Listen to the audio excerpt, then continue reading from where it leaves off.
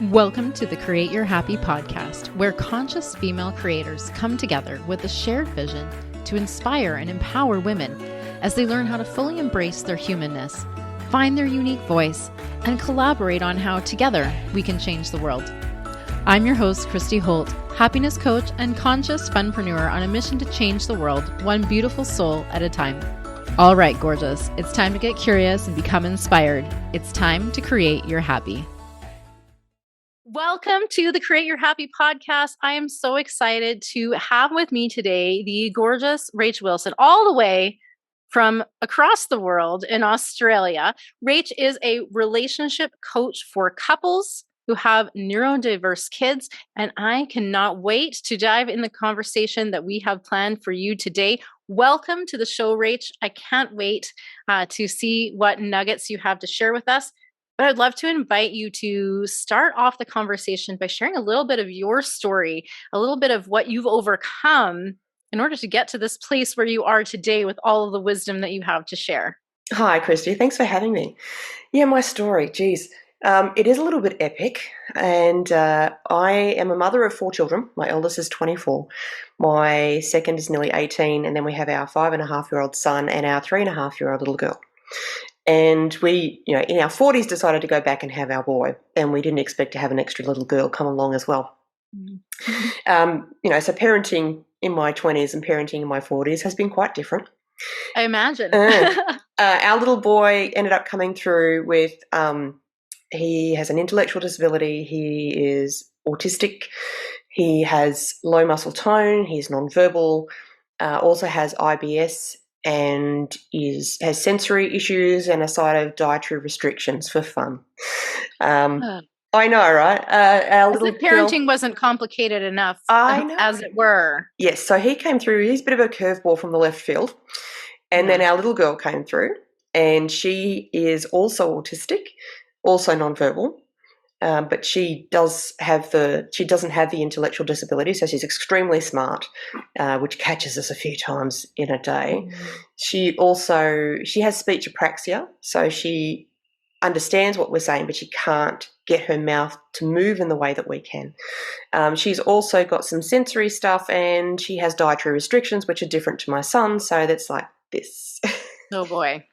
Yeah. And already, like I say, parenting is a massive challenge as it is, as I was relaying before we started the conversation, even that to me, parenting is one of the greatest growth opportunities I've ever had in my entire life. Like, man, we are forced to constantly be expanding and growing and learning so that we can be at our best for our kids. And I know you're going to have some amazing, amazing wisdom to share with some other mamas listening to the show who are maybe facing similar sort of circumstances and challenges with parenting, whether you've got a child on the spectrum or not.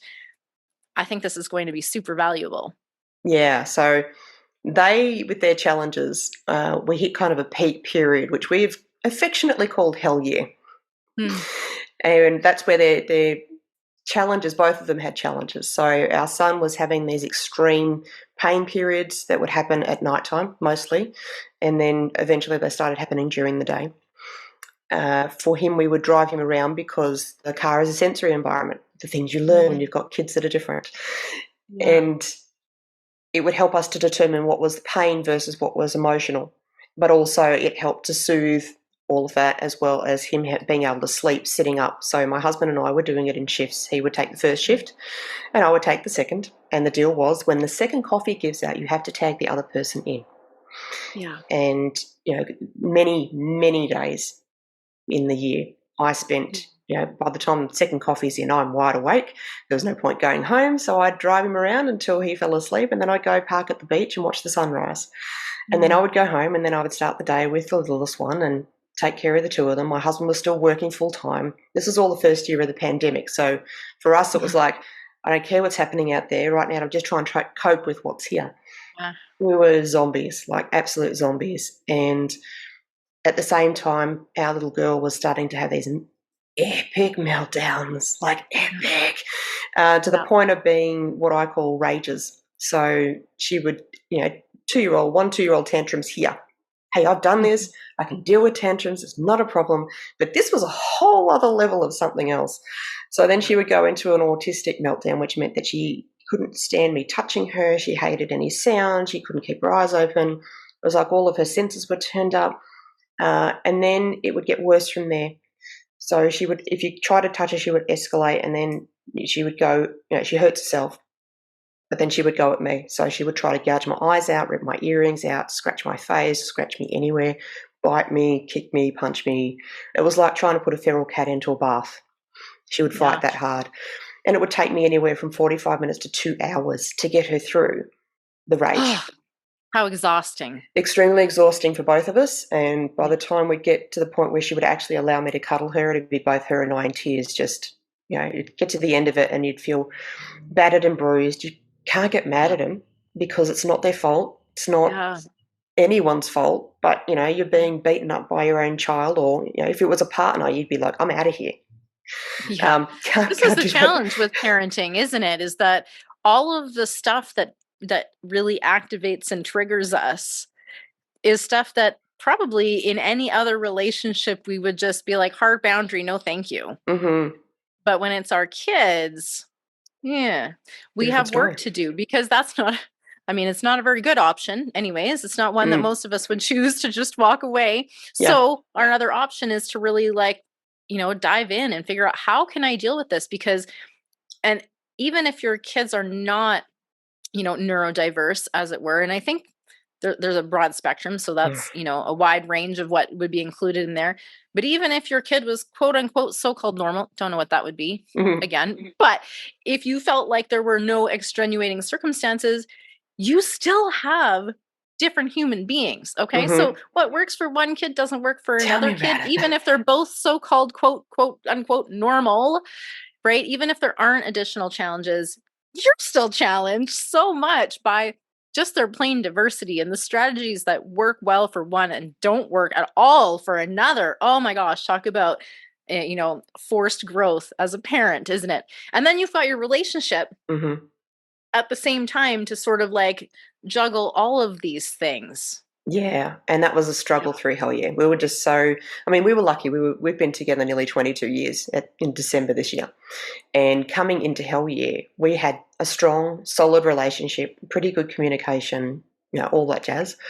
But in hell yeah, because we were both so exhausted, beyond burnout, to give you an idea of how extreme the burnout was, particularly for me, they termed it depletion for me, because I was still in the first year after having Corey only a year before. We'd had sleepless periods even during that year. So newborn oblivion, and then another 3-month stint with Jax where he wasn't sleeping, and then he slept for a while, and then hell yeah started. So I never really got to catch up. So come the middle of hell yeah. Now, burnout, everybody understands exhaustion. But what started to happen, which is pretty common for people who are in severe burnout, like extreme burnout, the body starts to shut down because it's trying to conserve energy.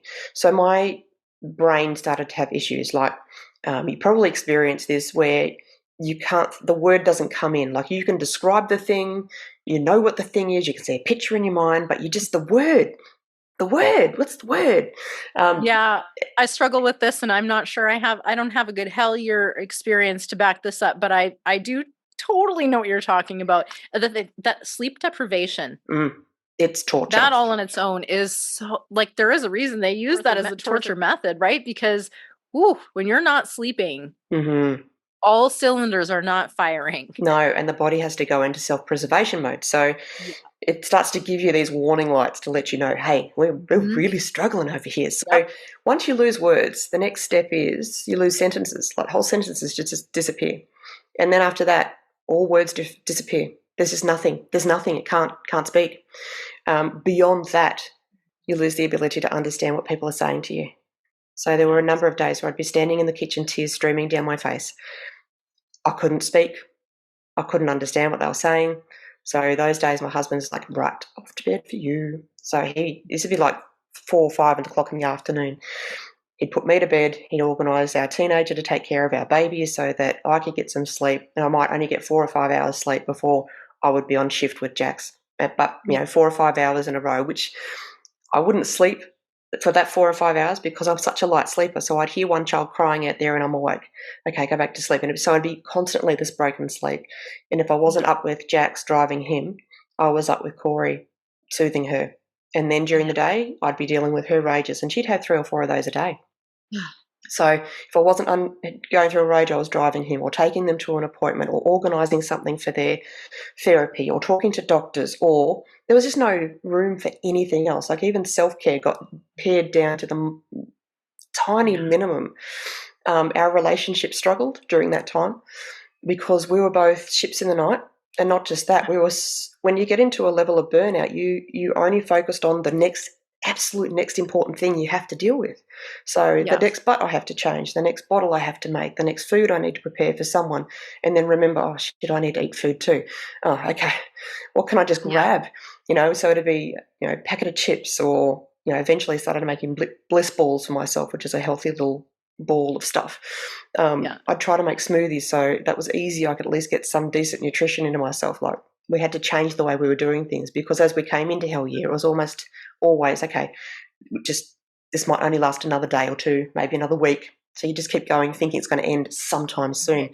6 months in, and we're like ridiculously burnt out. And we're like, okay, we have to shift gears. Like, we have to act like this is a marathon. How can we sustain this? If this goes on for the next year and a half, 2 years, like, how can we survive? So we had to instigate some new self-care stuff. We had to sit down and talk about our relationship and go, okay, well, we're both struggling and we're both getting snippy and we're both feeling alone. I remember having a specific conversation where I said to him, look, where are you? Like, you're in the house, but you're so disconnected, and you don't talk to me, and you don't come and kiss me, you don't come and hug me. And he's like, do you realise you don't do any of those things either? Oh, yeah, okay. Good point. All right. That whole mirror thing too, right? Yep, but it was tough. good. It's a tough reality, but sometimes the reality check that we need to Absolutely. really So where are we when we're surviving? We're not thinking about where are we. We're just surviving. Like literally the next thing that's in front of me. So you stop having awareness of the other person. You don't even think, are they okay? How are they doing? Or looking over at them and thinking anything about them. It's just, oh, he's over there. Okay, what do I need to do next? So that's what happens. It's what happens. So I was lucky because I had so many coaching skills coming into this as well. And it was me that sort of coached us through some of these conversations, and me that went, okay, what are we going to do? What can we do? All right, I'm going to try to be more mindful, to try and come up and give you a cuddle out of the blue, just any kind of physical touch, because he was missing physical touch because, sex is not happening. Well, when is there time? When you're driving around half of the day, right? Exactly. And not even in the same room. No, I know. We were literally not sleeping in the same bed together. And if we were, it was like... at different times. We'd get maybe an hour, because he'd come into bed when I'm already asleep, and then I'd be up because it was my turn to go out. And it just rolled on day after day. It became this Groundhog Day existence, and we didn't know when it was going to end. So, it got really, really bad, and really we struggled massively on every level. But it made us look at things differently. It made us come back to each other in a different way and be okay with, the random hugs, every so often we have a kiss. Every time we try and just spend a little bit of time doing something that says, I love you. The other biggest thing that worked out that helped put sort of fuel in the love tank to keep us going was the appreciation. So it's nothing worse than when you're in a Groundhog Day existence and you're just constantly doing things for everybody else, because that's exactly what we were both doing. We're taking care of the kids, and that was a huge load. And then trying to help each other, and that just was another load. So just the appreciation, being able to say to the other person, look, thank you so much for doing the dishes. I really appreciate your help, and I'm so glad we're in this together. Even just that, even that's something that he was going to do anyway is not the point. Just having some level of appreciation and just reminding each other that we're both in this together was enough for us to just keep going. And eventually we got solutions. Yeah, everybody wants to be appreciated. Right? We want to know that our contributions make a difference, that they matter, that we're valued for, contributing, and that we're seen in. Absolutely. That our sacrifices in all of this are acknowledged. Yep. And it's not to say that it's ideal to be constantly sacrificing for everyone else, because there does need to be that element of self-care, or Mm. I call it like soul care, because I feel like Oh, yeah. self-care as a term sounds like bubble baths and foot massages. Yeah, And it's not. that's first of all, that's nice. That's nice. But it's not complete care for all of your being. It's just typically care for your meat suit more so than all of you, right? And what we want to do is appreciate all of you and see all of you and bring all of that out and bring that forth. And because when we really, really care for all of us, then we have this abundance. And when it overflows from abundance, the love and the acceptance and all of it, it flows much more freely. And then it's easier and Yeah. less likely to burn out because now it's just flowing, right? But it's sometimes really tricky to get to that place when you've been living in survival mode for so long that you don't even know what anything else outside of survival mode looks like. Yeah. Right. And I've been there too. Like my 3 boys are, I have 3 kids within 3 years. There's a year between the first God. 2 and then 2 years. So exactly actually a year between my first and my third son. And so I didn't sleep for, I'm not even sure how many years that A long was. time. Like 4 or 5 at least, right? By the time that everybody was kind of somewhat semi-sleeping. And absolutely a lot of things to manage in that time. And it's very easy, I will say, for your relationship to take a back seat because number 1, they are a grown human who is capable, whereas your child is not. Not so much. Not so much capable, like, not to dismiss the husbands in the situation. And we're speaking to moms because this is a show for women. While you're taking care of the baby, they can't make themselves their own lunch, whereas your husband can. So you tend to just defer and assume they've got this, they're capable. But it's an easy slip to let that go for granted, right? And to not show them the care because, frankly, you're touched out, peopled out, exhausted. You don't want to like do or see or be anything anymore. You just want to just be a burrito on the couch, right? And so it can easily kind of take a direction where your relationship is now suffering on top of that.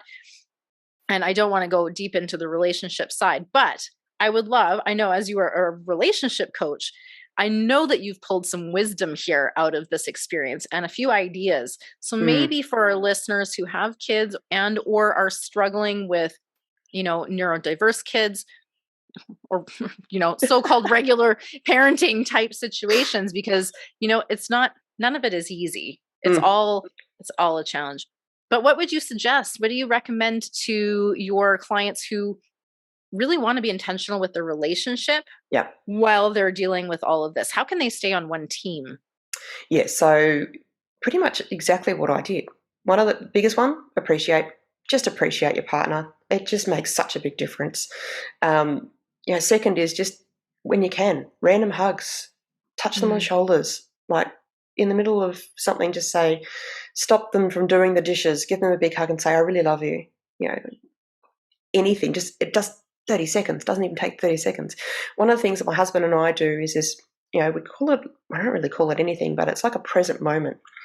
And it just brings us both into the present and with each other for 10 seconds. So he might put his forehead to mine and we just close our eyes and just be with each other. We just slow down our breathing and just be. Now, the other way he does that is he puts his hand on my heart and just looks into my eyes. And that just stops me from thinking and doing and just brings me right back to him in that moment. And we might just stand there for 10 seconds, might be 20, might be 30. But it just brings you both into the present moment to just really connect without having to say any words. And then from there, self-care is really important, because if you've got nothing, absolutely nothing in the tank, you won't even have the awareness to do that for your husband or your partner. So that present soul care. I'm going to take that on. Love that, soul care. Okay. You're free to use it. I didn't create it. I just, I just felt like self-care was not enough. I agree. It's also like I swear a lot because I feel like English language isn't quite sometimes having a punch, right? So that's why I throw an F-bomb in there on occasion, because sometimes you just need to get that fucking emphasis, right? So anyways, I'm totally on a tangent, but self-care sounds like just Mm. maintaining your body, right? It means kind of fluffy stuff. Often people call self-care things like drinking a glass of wine in the Mhm. tub. Well, That's nice. that's nice. That's an experience, but it's not really going to heal you. In fact, it's probably blocking you from actually processing and moving through that whatever is coming up Mm. and kind of slowing down your overall progression. I have no judgment. I say this completely judgment free and just from a lens of I have done I have done that way and I have done other ways. And so take it or leave it, take or leave my advice. But, often when something's coming up, we have a tendency to want to numb it, avoid it. Mhm. It's uncomfortable. We don't want to go there. So we'll do things to distract ourselves so that we don't have to go there. But that usually does not end in us moving through it. Mm. It actually is like putting all of that in a backpack and carrying it along the rest of the way with us and not Yeah. even totally realizing that that's what we've done. That's why you So, need a buddy. So outside the relationship, you need a buddy, someone who you can sit down and talk to, and it's not necessarily talk. It's like offload, vent, mm, because life is hard in those moments. Life sucks in those moments. It's ridiculously, and all the emotions that you can't process when you're having to deal with the kids. So, like when my daughter was going into a rage, I'd cry with her, but then I'd have to shortcut that because now my son needs something, and now I'm driving, and now I'm doing this, and now I'm doing that. So you don't get the time to really process what's been yeah, happening, which for parents who've got special needs children, it turns into what they call CPTSD, which is complex PTSD, which basically minor little trauma moments just keep building, just keep building. So you need a buddy, get a buddy, someone who you can just say, hey, I just need you to hold the space, basically. And once they understand I just need my friend, you can yeah, just offload onto them and just how bad it is. Even if, for me being a coach, it's like, okay, I know everything's happening for a reason and all the things we tell ourselves on a positive level. But when you're in the trenches, when you're neck deep in the shit of it, like you yeah, really just need to verbally vomit how bad it is because there is a part of you that is sinking in that shit. So yeah, being able to do that with someone who's not your partner just means that you're not loading it on top of them because they're already drowning in it too. At least you can then, once you've offloaded it somewhere else, you can come sit next to them and be together and in it and not be, support each other, but don't be yeah. the everything for each other either because it's just too much.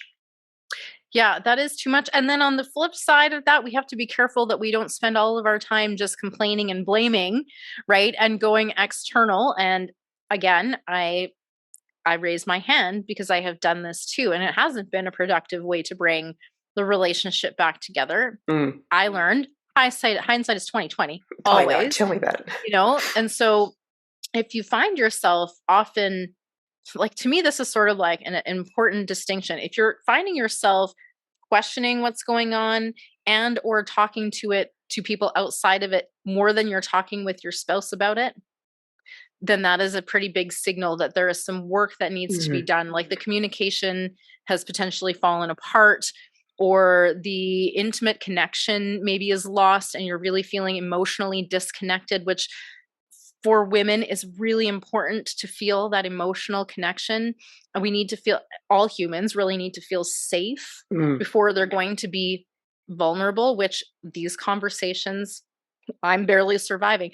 That is a vulnerable conversation mm. to say, "Hey, I'm not okay." Right? And for someone to hold space for that, Yeah. that also kind of requires a special person too. Special So, person.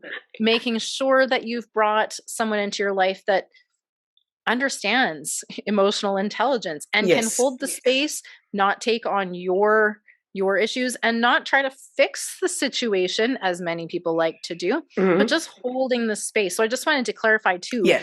in that a little bit, like what holding the space is, and having the right person who can do that for you is really going to be quite pivotal, Absolutely, as because far sometimes as when we are constantly offloading because life is so hard, it is hard to see the good, like that Mhm. there's a future. Like you just stop thinking about the future.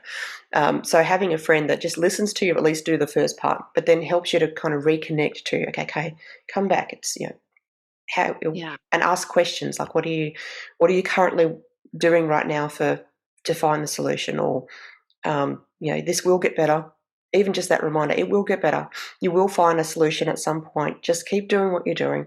You're doing fantastic. Like, just some reinforcement of, yes, it's hard. What you're doing right now is ridiculously hard.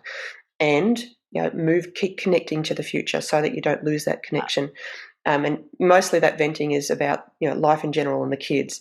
If they're venting too much about the partner, then there's definitely stuff that needs to go back to the partner. But sometimes being able to offload the emotional content helps to get perspective before you then always go back and talk to them about what they're bugged by. And I've got like a template for people as to how to have those conversations with the least amount of trigger language and be able to move through them much more slowly. So that's something I teach. But so that the other thing is that we got out of all of this was that these kids need a very different approach to parenting. Mm-hmm. Very different approach. So when we look at parenting, there are a lot of approaches to parenting, right? And a lot of what maybe the previous generations thought was good parenting has now been unearthed as, maybe some of those things weren't yielding the results that we were hoping for. And I'm going to throw spanking out there as one of these big, bold categories where, our parents would potentially say that is the way it was done. And they would even probably go as far as to say it worked. Now, I would challenge that somewhat because I'm not sure how it worked or whether that was the best way just because you think it worked, i.e., probably your children were compliant. The approach is very different. And that approach is very much like a control over sort of approach.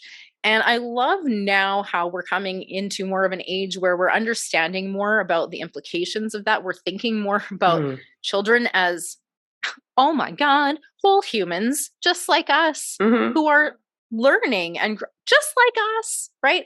They're just tiny versions of us that haven't had the same experiences that we have. They haven't had all of those opportunities to learn and grow into who they're fully going to be. And we have the amazing gift of being there and loving them and guiding them along that journey. And we mistake that very often as an opportunity to live out our dreams, right? We mistake that as an opportunity to create more people just like us. And when we try those tactics, it doesn't usually end up in the most well-rounded sort of opportunity for your child, right? But giving them this unconditional love and acceptance that I think is basically the foundation for what I would call conscious parenting. It really is leading with love and acceptance and recognizing they're doing the best they can. Like, they don't have an ulterior motive to make our life hard. They just don't have all the information. And listen, and the this resources. is true of this is every human out there. We are all doing the best we can with the resources and understanding that we currently have. Everyone is different. So while you see someone else handling something differently than you might, you can still rely on the fact that they are doing the best they can with the resources they have. They literally think this is the best solution that I can come up with right here, right now. Let's give it a whirl, right? And we're so afraid to make mistakes that sometimes we don't allow ourselves to go there. But I think parenting is one way to really discover, where our strengths lie, where our challenges lie, and how we can really, show our whole selves to our kids as an example and lead the way. And to me, this is what, I don't have a term for what I'm not labeling my own parenting strategy, but out there people talk about like positive parenting or gentle parenting, and we're here talking about conscious parenting. All that means to me is that we're being intentional, right? That we have the end in mind. Yeah. We're not winging it. We're not just throwing strategies from the books at it. We have an intention that we're trying to follow all the way through our journey as a parent, and things that we want for our children to experience, to see, to learn, and to see them grow into their fullest potential, whatever that might be. Probably not exactly what we wanted it to be, right? We need to let go of that a little bit. But I imagine, and I have one son who has ADHD. And so I do, sort of relate to some of your challenges. It definitely is not as extreme, but oh my gosh, I do remember when he was 3, we had some of those next level tantrums that I thought like, what did I step into another world? Because like, this is just, I don't know what to do with all of this.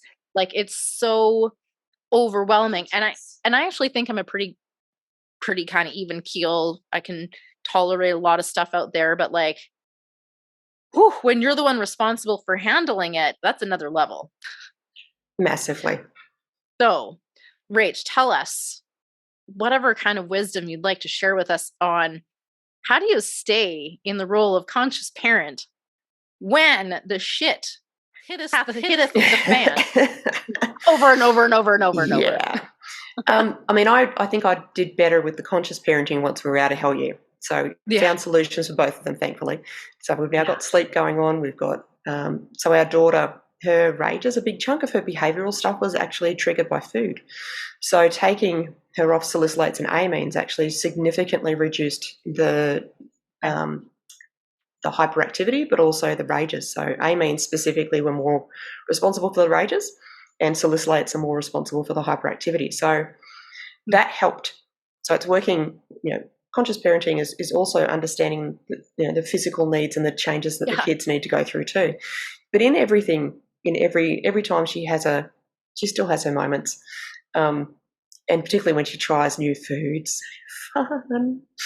We get rages still, nowhere near as many. So I always come into the thinking for myself around, this is a food thing. She's out of control. She can't control what she's feeling. She can't control her little body. She just feels big things that she can't contain. And she's only 3. She doesn't have the tools or resources to have any conscious or rational control over it. I mean, like when we have our moments when we are in a wave of intense emotion and we're crying our eyes out, we have no control over that either. Yeah. So, and that's not the time, like you said, that's not the time to do the work, because we're so tapped out that doing any kind of like self-work is not even on the radar. It's just survival. Yes, feel the things. So I am able to stay pretty calm in a space of compassion for her when she's in that space. I know that for her, I can't go to pick her up because she runs in the other direction. I can't walk away from her because then she feels abandoned and she escalates. So, okay, I have to sit near her, and I have to sit near her while she's still crying. She's still hurting herself, but not too badly. I intervene when she starts to ramp that up, but that escalates her again. So it's just this. It's a lot of trial and error. It's a lot of trial and error. And I stay as patient as I possibly can and just wait it out. And I distract myself. So I might be sitting there on the phone, but I'm aware of where she is. But at least it's enough that I'm not focused on her, that I'm thinking about and getting almost wrapped into her emotions. So it's important to keep that little bit of distance. It's, sitting physically close enough, but far enough away that she can, start to roll through it herself. And then when she starts to slow down, then I try to pick her up or try to go and get her. And then if she allows me, then I can pick her up and we can cuddle, and I can get her a bottle and a blanket, and then we get through to the end of it. But sometimes it's not the time. Then it escalates again, and then I have to come back and sit down and wait again for her to calm down. So it's just that mindset of compassion, just remembering that they're only little, they don't have the capacity, and what they're doing in that moment is either they're releasing steam because they haven't got their own way, but for them, it ramps up even further, that out of control, like they've got a runaway train, whereas my older 2 didn't have that runaway train for the most part. I could rationalise with them, I could talk with them, we could communicate better than what I can with these 2, and we could get to a place of, move through the emotion and get straight back into cuddles and kisses pretty quickly. So they've stretched me in that I've had to learn new ways of supporting them, but also helping them, and also learning a lot of self-regulation. Now, I'm not perfect. I still have my days where she gets to me. She pushes all the buttons. She knows where all the buttons are. They do. They know. And I lose my shit. So it's in that moment, I kind of, the good thing about our house is that my husband and I, we've learned, in the process of learning the nurtured heart approach, which is like positive parenting. Some of this we already knew, but it's given us some new language. So I'll hear from the other end of the house, reset, like, oh, okay, take a breath, take a breath. Well, sometimes we really just need a reminder to take a breath, because Yeah. frankly, anxiety really exists when we're holding our breath, right? Mm-hmm. And we cannot actually hold on to the anxiety when we're breathing, because our body knows what to do, Mm-hmm. but sometimes we forget. Sometimes we forget how simple it is to allow things to flow Mm. just with our breath, Yeah. and having that moment, that, 30 seconds, even Mm-hmm. 5 breath cycle, just really, okay, now I'm back in this moment. Yeah, that's right. I'm neither reliving the past and Mm-hmm. ruminating on what woulda, coulda, Whatever. shoulda, Mm-hmm. and I'm not panicking about the future, because that hasn't come to happen yet. Mm-hmm. But here I am right here in this moment. What do I need to do to create safety? What actions do I need to take? But also knowing that, okay, right here, this is all I have to worry about right now. Mm. What's And here in this? and our kids particularly, regular kids are bouncing off whatever mum and dad are feeling, but kids who are neurodiverse tend to be more sensitive to where you're at emotionally.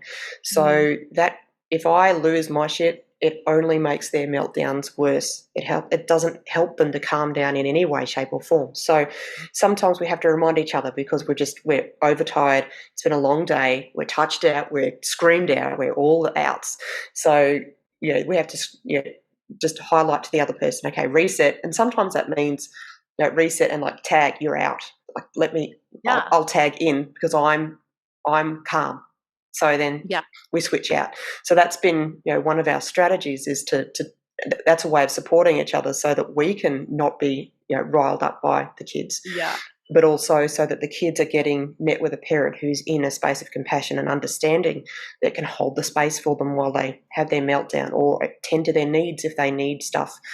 It's a different approach. So with the kids, we turn them around. So with Jax, if we can divert him from whatever he's doing, divert him either into his room where he's got a lot of his sensory toys, divert him to something that we know he loves, then we can get him away from whatever it is that's causing him distress and going into a meltdown. Because often, if his little sister, who loves to get his attention and just wants to be with her big brother, she's also pushes his buttons, so she often gets snapped by him. And then for her, it's like the emotional component of that is, he hates me, is like the response. Like she goes into full-blown emotional trauma. Like, oh, honey, it's okay. But if you didn't get in his face, he probably wouldn't have hit you. But, we'll just cuddles, it's fine. It's okay, my darling. It's okay. That wasn't nice. I know that really hurt. I'm sorry he hit you. Like, just a lot of soothing. So, the key is staying in as calm and compassionate space as you possibly can. And if you can't, switch out with a partner. And I'm going to add here too that this applies to you too, as a mom. Finding what works for you to calm it down. Finding, do you need a little diversion? Do you need someone to lovingly stroke your hair and tell you that they love you? I don't know what it is for you, right? Everyone's a little bit different in how they regulate. There are tons of tools out there for self-regulation and co-regulation. But you're right, having a calm approach is going to be the one that allows you both to win. And now if you're out listening and you haven't found that calm approach, there's no judgment here. We are all learning. And like I said earlier, we're doing the best we can with the resources and understanding that we have. I do want to encourage you that there is another way, and you're the one who can change that. If you want to, be less upset at your kids and yell less and develop the tools, no one else is going to come and do that for you. You have to step up for yourself. But that's really powerful, because you're the one who decides, I'm not going to do it this way anymore.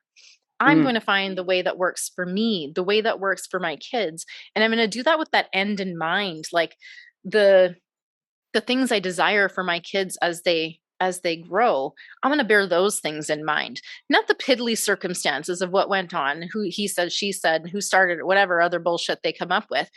You know, kids often focus on putting the blame outside of themselves.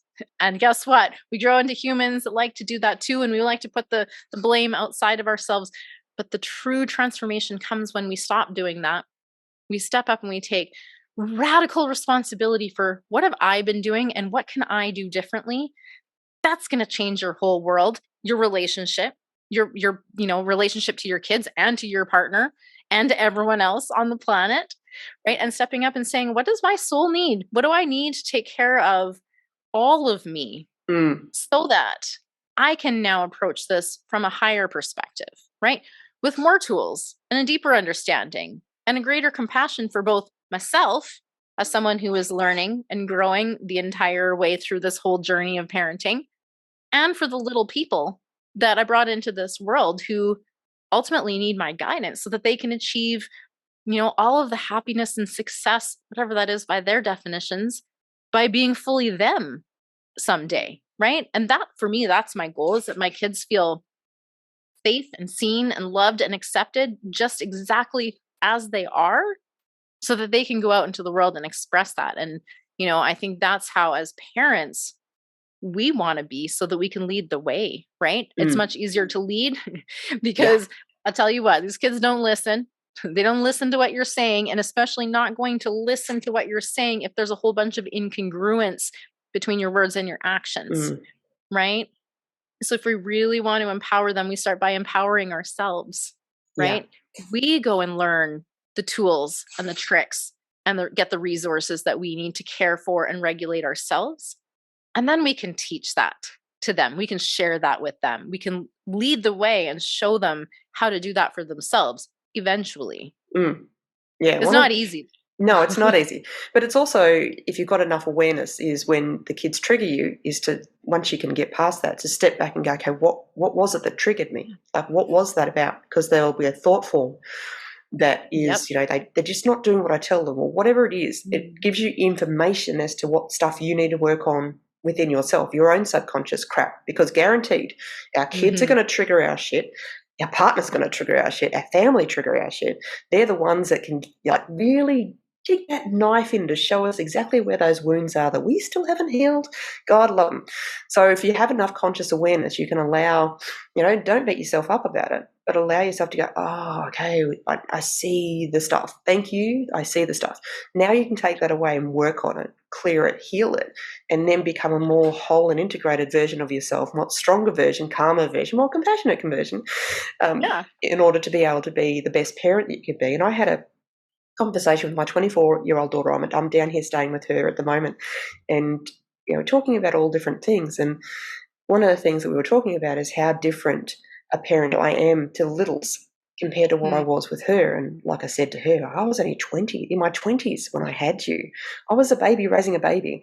Like, I'm so much more wisdom 20 years later that that I'm utilising with these kids. Yes, I know, right? Like, I've got to trust that every child comes in and they're prepared to get whatever stuff they pick up from their parents, including my kids. So, she's got stuff she needs to work through because of the way that, I brought her up, and the things that she had to experience that were even out of my control. And then, these kids that I'm now bringing into the world and raising, they're going to have different stuff. And every child's going to have stuff. They're just going to find a way to get stuff.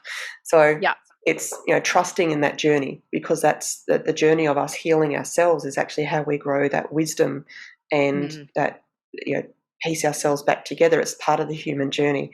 So, it's been interesting to look at, the different ways that I would do things. And one day she'll have kids and I'll be able to go, right, now I can tell you how to do it the right way, because I've now done it with the littles. It's like each child, it's like you get better and better. It's like, oh, okay, that didn't work so well. Like, all right, shift, change, move, understand, learn new things. And with these two little ones, with the neurodiversity, I just had to throw the parenting book that I had out the window, because it just didn't work. I've got a son that still doesn't respond to his name. So we're just going to have to roll with that. What does that look like? How do we engage? How do we connect? That was a big thing. So connection with him, because he's so much in his own world. He just goes and does his own thing. He'd never come to us purely because he wanted to be with us. He'd only come to us when he needs food, he needs water, he wants to be let outside, he wants his movie on. So, how did we see and feel connection from him? Because you want to feel love from your child. And for us, it was, we would take the littlest things. It might be he looked at us directly in the eyes. That's love. That's the love. Thanks for giving me love, buddy. You may not be able to cuddle me front on, but hey, I'll cuddle you from behind. And, if you allow me to do it, I'm going to call that love.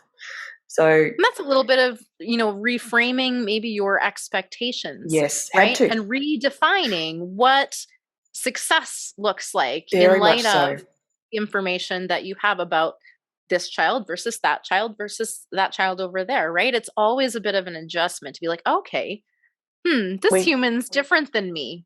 Very, right? and different from the And, others. So different from the others. we celebrate inch stones. I heard someone say this one day instead of milestones, because for him, he has he has much slower development, but when he does hit those points, we celebrate that massively, because we know, while it may only seem like an inch, it really is a milestone for him. So that's the kind of stuff that we celebrate. And then Corey is very different. She's extremely intelligent, sometimes too intelligent. Some people have had this experience where their kid gets out of the house and disappears. Corey gave us a heart attack only a couple of weeks ago. We didn't even know she'd gotten out of the house. She was wandering around the streets in a nappy, bare feet.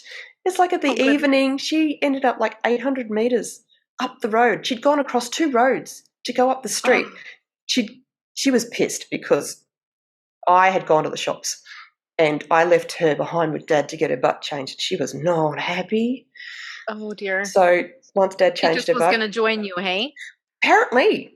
We didn't realise that she knew how to open the side gate. We didn't know. She went round to the side gate. She let herself out. She went wandering. Oh, my gosh. And it took us an hour to realise she was gone, because I'd come back from the shops and I just got straight into dinner. Hubby'd gone back to the front office, which is near the front door, and he was on a phone call. And he would typically see if she walked past him and opened the heavy, heavy front door and then closed it behind her, he would have heard something. He didn't. So he thought she was in our room, just, because she does. When she's had a bit of a meltdown, she'll go and crawl into our room and she'll fall asleep at that time of day.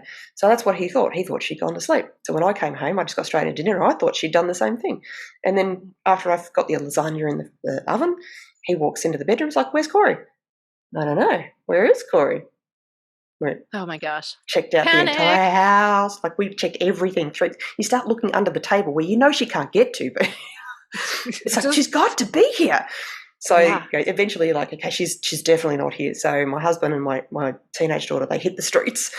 He went towards her park, and then he saw cop cars up the road, and they were door knocking. So he went up to them to say, "Have you seen a 3-year-old?" "Yes, we have. She's 4 doors up, and a lady there who also has a nonverbal son was able to." She's like, "Okay, there's a 3-year-old walking around. There's no parents. She's in a nappy. It's a clean nappy, and she looks clean, so she's clearly from around here somewhere."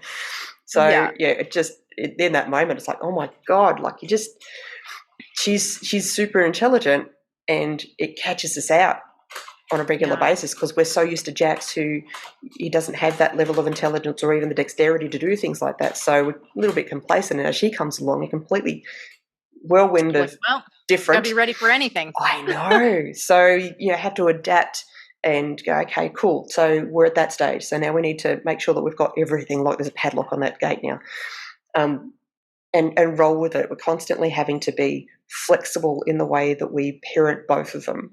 And I've got a teenage daughter who's nearly 18, so we've got the spectrum of all different stages, which is beautiful. At the same time, is the 2 little ones really stretch us in every way possible, and they really bring us to that level of, okay, well, that strategy didn't work. What else can we try? How can we? Because I know as we're interacting with them, we're building their self-esteem, and we're, with Jax in particular, "Oh, that's great, buddy, well done. I can see that you're really patient and you're trying your hardest here." And so we're giving feedback along the way, and that's a nurtured heart approach. I don't know what the other ones are, but where instead of, particularly ADHD kids, and I'm pretty sure Corey is ADHD, so I know that those kids typically get a lot of, don't do this, don't do that, sit down, keep quiet, and all those things that basically tell them to not be who they are. And so the nurtured heart approach is all about not putting a lot of energy into those, but putting a lot more energy into when she's sitting at the table and she's drawing. Oh, my darling, that's fantastic. I love how you're sitting there so quietly and drawing. And what that tells me about you is that you can really concentrate when you choose to. And, so you kind of constantly noticing when they're doing the things that you want to build in them. Or like if she's tries to give Jack something, even if he's not willing to take it. Thank you so much, Corey. That's amazing. I love seeing how you're so kind and compassionate with your brother and you're so patient with him and you just want to connect. That's just beautiful. So giving more than just good girl. Okay, good girl doesn't mean a lot. Good boy doesn't mean a lot. So adding in, it shows me that you're exhibiting this particular quality, which is the one we want to build. There's been a really good many people who've used this approach for kids that are ADHD, and what happens is by noticing their good behaviour and really emphasising it and how good they are, they become a lot more that than the stuff you keep saying, don't do this, don't do that. Yeah. So doing the same approach with both kids. And doing the same with our own thoughts. The same thing with our own thoughts really can change our whole life too, right? Absolutely. If we consistently trash talk ourselves and then beat ourselves up for the trash talk, we're not going to break free. But if we can start to make little shifts in the way that we're thinking, right? Being a little bit more grateful, looking for the silver lining. And sometimes I know you don't want to fucking look for a silver lining. The whole thing sucks and you don't want anything to do with it. I get that. But if you just slow down in this moment and look around, there is something. It doesn't have to be that shitty thing. No. It could be a bird. It could be that the sun rose this morning. It could be that your heart is pumping and you're not even having to think about it. Got a roof over my head, there's food in the cupboard, like the survival needs are met, everything's good. So with this approach, we're actually using it, my husband and I are using it on each other, because we're finding that just, the inner child in us is like, oh, it's nice to be recognised. It's nice to be seen as being kind, being patient, being compassionate, being loving, being, all those things. I think we misjudge, not the word, but we underestimate, that's what I'm looking for. We underestimate the power of even our partners giving us that positive feedback and how amazing we are and awesome. So, highly recommend that, that kind of approach, where you're recognising the amazing attributes, personality, greatness in each person that you meet is only ever going to help build those self-esteems for people, for everybody. Yeah. And I mean, in the way the world functions, the reason people are afraid to do that is that they feel like everything is a comparison. And so comparing yourself to those that are maybe doing better than you is scary. And then there's a different kind of comparison to the people who you are looking at thinking, oh, well, I'm not there, right? So you're always kind of by nature as a human placing yourself somewhere on this spectrum and thinking about it. Now, it's not to say that we need external validation to do these things, but it's really important to know that what you put out there into the world is what you receive back from others. If you give love, guess what? The world is going to show you love back. It is a giant mirror, a giant opportunity for you to create the experience you want. And how do you do that? By putting out what you want to receive, right? And we often have it so confused because we're human and we think, oh, this is good and this is bad. And we get into this trap of judging and labeling and all the stories and the meanings. Oh, it's all an illusion. It's all a distraction. Everything that matters is just here in this moment now. And everything that you're doing in this moment is going to shape what comes next. So you have an important choice to make, right? Are you going to be here in this moment? Are you going to choose what's next with intention? Or is it going to continue to run on that loop where you're not aware, where you're not conscious? And yes, still doing the best you can, but probably a little bit stuck on the problems, which is keeping you stuck from moving forward, right? When you shift into, what do I have right here, right now? And what is the best step to move forward with intention? Now you're looking at solutions. Now you can move towards what you want as opposed to moving away from what you don't want. Exactly. And there's a big distinction there, right? With being really intentional about what you want. Yeah. Fantastic. I would love for you to share with us if there are any exciting projects or Yeah.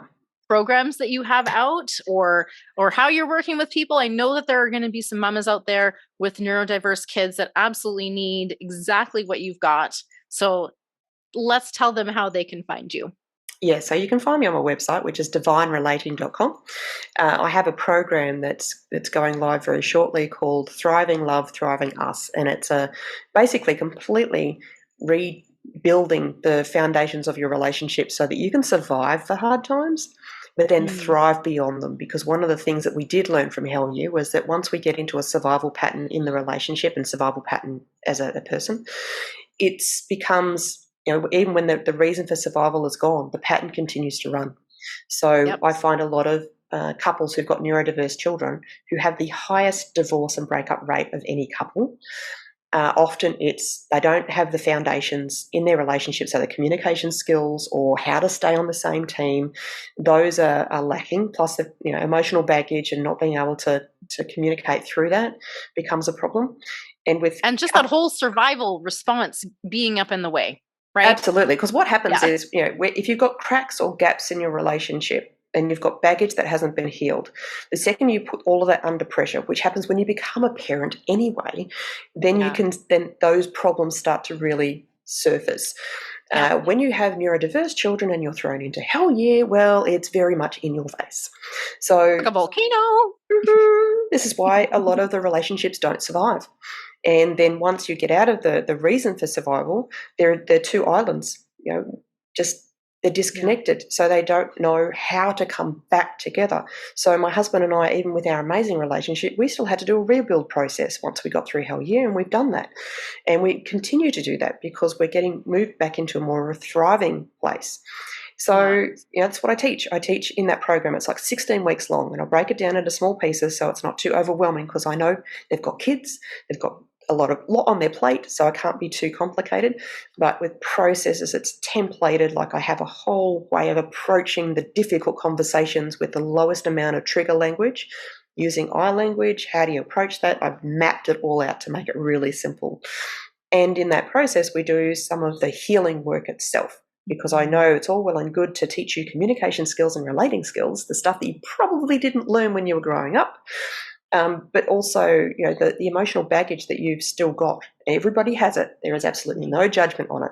But the more you can learn how to process that and heal that, the better you're going to be as a person for yourself, a better partner you're going to be, a better parent you're going to be. And part of that is inside the program. So we discuss a lot of the relationship stuff, but it also then translates into how you're dealing with your kids. And it means that your kids are going to be in an environment, and if they're neurodiverse, they're very sensitive to your fighting and your tension. We want to get you guys to a place where you are solid. Even if it's a hard time, you are solid, because then it'll lower the amount of meltdowns and problems with behavioural problems from the kids, because you two are actually well connected. So it has such a flow-on effect from there, and that's what the program's all about. It might be Thriving Love, Thriving Us, but it's not just us as a couple, it's us as a family. Yeah. And that's so much needed for so many families that are struggling and just don't know how to get past that survival mode. Mm-hmm. Know there is a light. No, Yeah. there's a light, there is a way, there is help out there, and that we weren't meant to do this alone. We No. weren't really meant to, you know, parent children when we're children ourselves. We were Mm-hmm. meant to do that with the wisdom of people who had lived much longer Yeah. and have had more experience. And that's just not the way the culture here, anyways, Same or I here. suppose in Australia, and most of our cultures are very much like, oh, you grew up, you move out. Now you're on your own, Mm-hmm. and best of luck to you. But we were never given the tools. No, So, not like as a this. parent, we've got to do a bit of research and do a bit of the work. We need to find that community. We need to find that support and accountability so that we can do the work, and grow ourselves to be a little bit, more skilled and have more tools in the toolbox, more resourceful. Most people are winging it when it comes to their parenting and winging it when it comes to their relationship. They're winging it because they're basing it on their own parents, what they grew up with. And I don't really know many people who grew up with parents who were a stellar in the relationship department, who are still together and loving and passionate and talk and skilled to the max. And I don't know a lot of people who've done who've grown up with parents who did more of a positive parenting approach. So, if you haven't grown up with it, then I guarantee that your default programs for relationships and parenting are probably not all completely healthy. And this is where it's up to us to learn those skills. I came from a divorced household. I then went and learned, even from I've been married twice. So from my first relationship, I learned a lot of what not to do. And that's the hard road, to learn from experience rather than actively learning skills. Like, go out there and learn the skills and implement those, because we missed them. We missed so much of it growing up, and we didn't have the role models to be able to teach us that stuff. So now we are in a position where we can learn this stuff. We can learn from other people who've really got this going on and change the generational patterns that we have been handing down to the next generation. Yeah. And the truth is if you're feeling any sort of call to grow or change a pattern, it's up to you, and you can change it. I guarantee whatever that thing is that you wish, maybe it was just a little bit different, or maybe you had a few more resources, they are out there. Follow that curiosity, lean into it. That's how we grow. That's what we're here to do, to grow and learn and expand. And, the more you can do this for yourself, the better you're going to, be able to lead the way for your loved ones too, right? Making that ripple effect of the work you're doing on yourself so much more potent, right? I would like to wrap us up here with one last question, and I feel like you're the adventurous type, so I'm going to throw this out to you, and we'll see what you come up with. I'm curious, what one question would you have liked me to ask you that I did not ask you? And then once you figured that out, just let us know what you would have liked to have responded with as well. Okay, so what one question would I have liked you to have asked me? Maybe what makes a relationship strong or thrive, or so what successful is probably a better word there, but one of those. Okay. And the answer is having amazing communication. I cannot stress how important communication is, even if you don't have the emotional baggage all sorted, which most people don't. If you can communicate in a way that allows you to bring the stuff to the surface and discuss things with your partner in a calm and mature way, then you've actually got the opportunity for those conversations to heal your baggage, and you can heal each other in the process, bringing you back to each other, building and bonding rather than damaging and destroying. So communication is one. Second one is relating. And what I mean by that is understanding the other person's perspective, knowing that it's different. Also knowing how to be on the same team, how to work as an us, how to do teamwork in the family, in the house together, because that means it stops the competition thing where it's you versus me. I'm more tired. I'm more this. You don't do enough. And then the last one is emotional maturity.